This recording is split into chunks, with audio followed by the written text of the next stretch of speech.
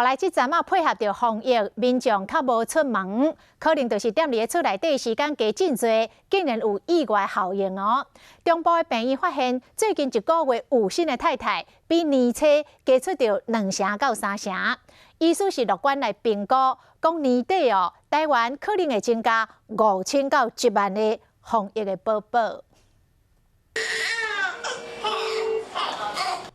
新鲜的报道，这菜鸟爸母看到囡仔真欢喜。病院妇产科这阵真闹热，医师发现讲，最近1个月来验孕的人数比年初加2成到3成，而且差不多都是成功掉胎。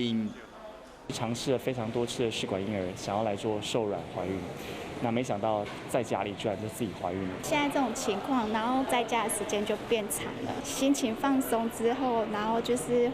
应该会增加受孕的机会。除了做人工的个案变较济，医师阁发现讲，本来高龄未生妇人人，因为伫厝内时间变较济，意外有新，连病院护理人员嘛有好消息。